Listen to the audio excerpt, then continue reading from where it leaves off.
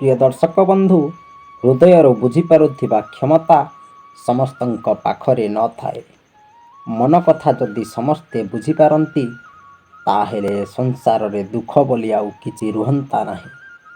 ପ୍ରକୃତ ସମ୍ପର୍କ ଗୋଟିଏ ସୁନ୍ଦର ପୁସ୍ତକ ଭଳି ହୋଇଥାଏ। ଯେତେ ବି ପୁରୁଣା ହେଉ ମଧ୍ୟ ତାହା ଗୋଟିଏ ବି ଶବ୍ଦ ବଦଳି ନଥାଏ।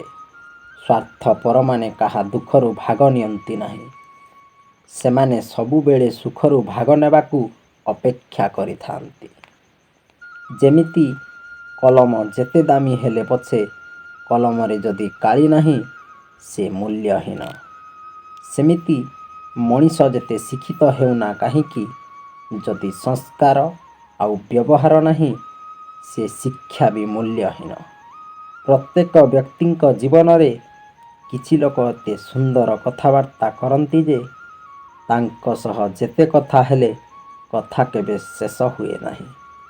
ଏ ଦୁନିଆରେ ସବୁଠାରୁ ବଡ଼ ଅଳିଆ ଗଦା ହେଉଛି ମଣିଷର ମନ। ଆମ ଚ୍ୟାନେଲରେ ଯଦି ନୂଆ ଆସିଛନ୍ତି, ଚ୍ୟାନେଲକୁ ସବସ୍କ୍ରାଇବ୍ କରନ୍ତୁ ଏମିତି ନୂଆ ନୂଆ ଭିଡ଼ିଓ ଦେଖିବା ପାଇଁ। ମନକୁ ଟିକିଏ ପରିଷ୍କାର ରଖନ୍ତୁ, ପୁରା ଜୀବନଟା ସୁନ୍ଦର ରହିବ।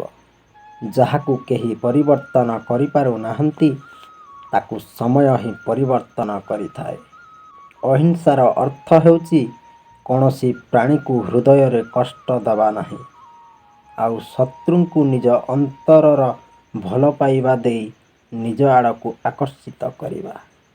ସଫଳତାର ରାସ୍ତାରେ ଚାଲୁ ଚାଲୁ ଯଦି କେହି ଆପଣଙ୍କ ରାସ୍ତାରେ ସମସ୍ୟା ପାହାଡ଼ ଛିଡ଼ା କରୁଛି, ତଥାପି ଆପଣ ଧୈର୍ଯ୍ୟହରା ହୁଅନ୍ତୁ ନାହିଁ।